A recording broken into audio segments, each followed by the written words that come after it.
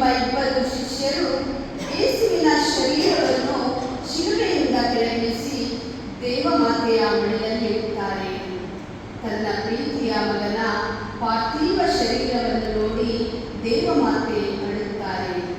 ತಂದೆಯೇ, ನಿಮ್ಮ ಚಿತ್ತವು ಕೊನೆಗೂ ನೆರವೇರಿತು ಎಂದು ದೇವರ ಕಡೆಗೆ ನೋಡುತ್ತಾ ವಿಶ್ವಾಸ ತುಂಬಿ ಹೇಳುತ್ತಾರೆ. ಅಮ್ಮ ಮರಿಯ, ನಿಮ್ಮ ನೋವನ್ನೆಲ್ಲ ಒಬ್ಬಂಟಿಯಾಗಿಯೇ ಅನುಭವಿಸಿದಿರಿ. ನಮ್ಮಲ್ಲಿ ಯಾರಾದರೂ ಕಾಯಿಲೆ ಬಿದ್ದರೆ ಅಥವಾ ಸತ್ತರೆ ನಾವು ಎಷ್ಟು ಅಳುತ್ತೇವೆ.